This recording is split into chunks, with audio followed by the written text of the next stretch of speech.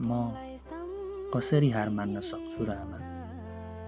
जबकि अनेक दुःख र कष्ट सहेर हुर्काएकी मेरी आमालाई मेरो सफलताले खुसी दिनु छ। दुःखका कयौं पहाडहरू आफूमाथि खस्दा पनि आफ्नो आँसु लुकाएर हामीलाई खुसी बनाएकी मेरी आमालाई संसारका सारा खुसी दिनु छ।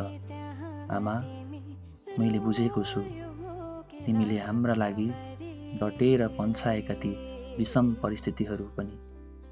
अनि मैले देखेको छु बाबाको स्वर्गवासपछि हाम्रो पढाइका लागि तिमीले भोगेका दुःखहरू अनि सहेका ती वचनहरू पनि। म कसरी हार मान्न सक्छु र आमा? बल्ल त हामीले आफ्नो खुट्टा टेक्दैछौँ। दाजुभाइ मिली तिमीलाई खुसी बनाउने सपना देख्दैछौँ।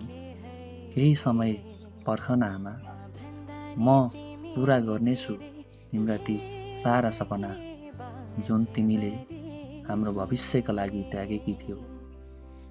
तिमीले हाम्रो लागि देखेका ती सारा सपना पुरा गर्न पनि त अझै बाँकी छ।